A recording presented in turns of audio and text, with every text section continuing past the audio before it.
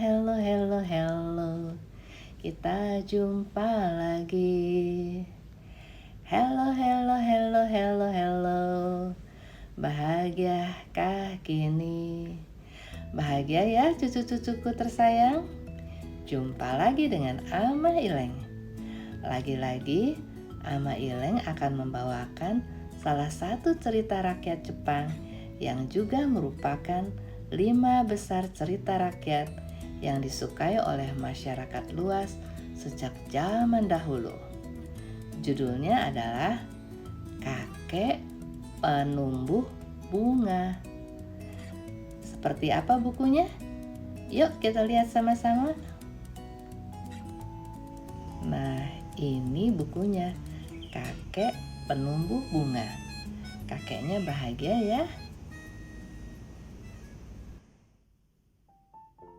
Di zaman dulu ada sebuah kisah. Pada zaman dahulu, di suatu tempat tinggallah kakek dan nenek yang sangat baik hati. Pada suatu hari, ketika nenek sedang mencuci pakaian di sungai, seekor anak anjing putih yang ada di atas papan datang mengalir dari hulu sungai. Nenek memungut anak anjing itu dan membawanya pulang ke rumah. Siapa yang tega membuang anjing lucu seperti ini? Jangan khawatir, mulai hari ini kamu boleh tinggal di sini. Kakek sangat gembira. Anak anjing pun sangat senang dan manja pada kakek. Mereka, kakek dan nenek yang tidak mempunyai anak, menamakan anjing kecil itu Shiro dan memberinya kalung merah. Kami punya anjing kecil, diberi nama Shiro. Kalau Shiro diberikan 1 mangkok nasi, ia akan tumbuh sesuai dengan 1 mangkok nasi. Ketika kakek memberinya 2 mangkok nasi, dia tumbuh sesuai dengan 2 mangkok nasi. Dan dia pun tumbuh dengan sehat. Pada suatu hari, kakek membawa Shiro ke gunung. Ketika kakek mencari kayu bakar, Shiro tiba-tiba menggonggong dan mulai menggali tanah dengan kaki depannya. Shiro, apa yang kau temukan? Sebentar Shiro, biar kakek yang menggali. Kakek mengangkat cangkul yang dibawanya dan mulai menggali tanah dengan susah payah. Loh, apa ini? Silau.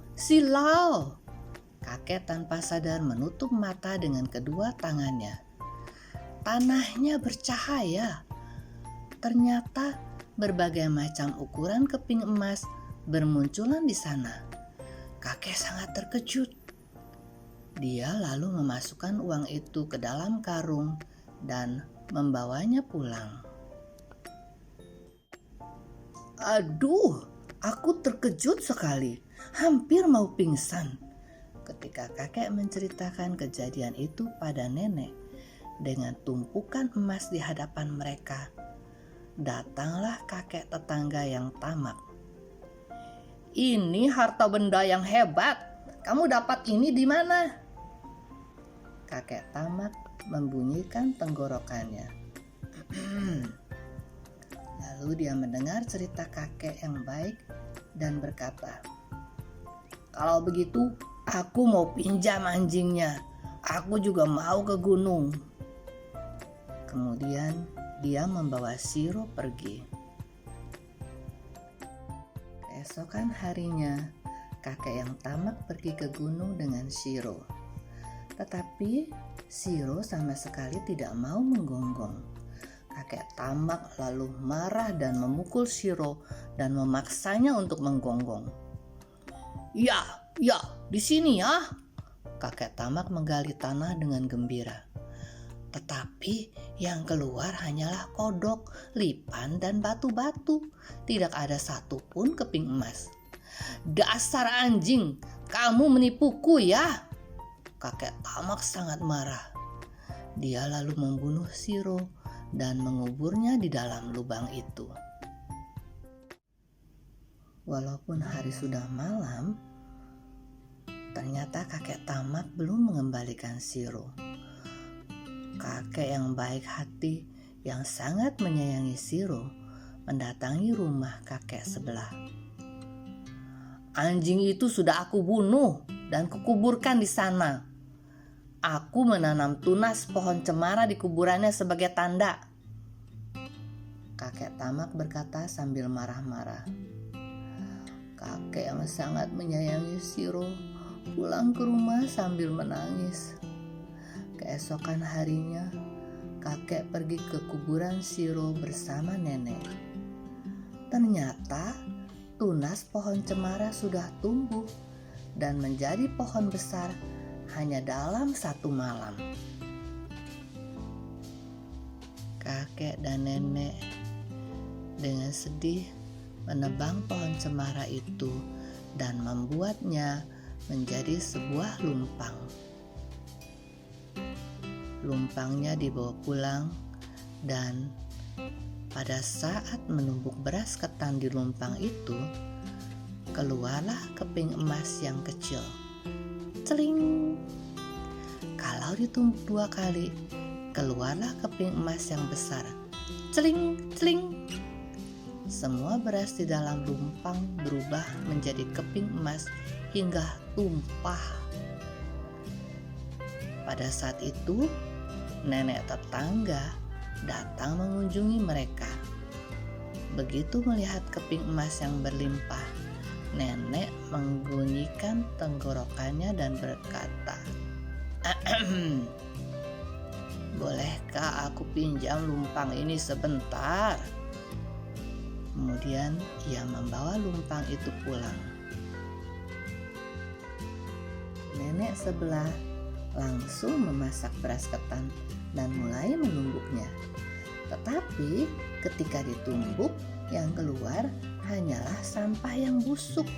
Kalau ditumbuk 2 kali, keluar lumpur yang berbau busuk. Beras di dalam lumpang berubah menjadi sesuatu yang bau dan kotor, lalu berserakan di sekitarnya. Wajah kakek dan nenek pun penuh dengan lumpur. Kakek Tamak yang marah memecahkan lumpang itu dan membakarnya di perapian. Kakek yang menyayangi Shiro pergi ke tetangga untuk meminta lumpangnya dikembalikan. Tetapi kakek sebelah yang tamak melotot dan berkata, "Lumpangnya mau dikembalikan? Lumpang seperti itu sudah aku pecahkan dan kubakar. Kalau masih mau, ambil sajalah, supaya aku tidak usah membersihkan perapiannya." Kakek yang sangat menyayangi Shiro mengeluarkan abu dari perapian. Dia memasukkannya ke dalam keranjang dan membawanya pulang dengan hati yang sedih. Tiba-tiba angin bertiup dan abunya berterbangan di sekitarnya. Lalu apa yang terjadi? Pada rumput-rumput kering di jalanan yang kena abu tadi, bermekaranlah bunga yang berwarna-warni, seperti taman bunga pada musim semi. Hati kakek yang mendung pun langsung menjadi cerah. "Ajaib sekali, akan kumekarkan lebih banyak lagi." Kakek memanjat pohon sakura besar yang kering dan menaburkan abunya. "Berbungalah pohon yang kering." Pohon sakura pun berbunga dengan meriah. "Ini indah sekali. Aku mau coba pohon itu juga." Kakek memanjat pohon sebelah dan menaburkan abunya sambil berteriak, "Berbungalah pohon yang kering." Pohon kering pun langsung berpucuk dan bermekaran bunganya. Ketika itu, kebetulan ada rombongan raja yang lewat. Hebat sekali, Kek.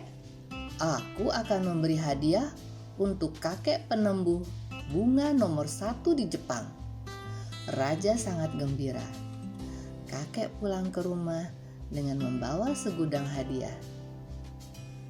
Ternyata kakek tamak mengintip kakek yang baik dari belakang rumah. Kalau aku berbuat begitu, maka aku akan mendapat hadiah juga.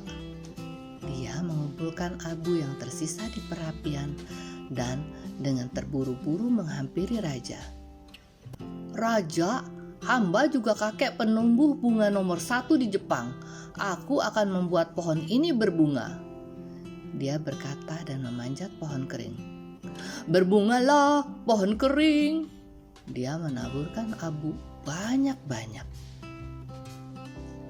Tetapi bunganya tidak bermekaran. Malah semua abu mengenai raja dan terjadilah kegemparan. Kurang ajar, apa yang kau lakukan terhadap raja? Kakek tetangga yang tamak diikat dengan tambang oleh para pengawal dan akhirnya dimasukkan ke penjara.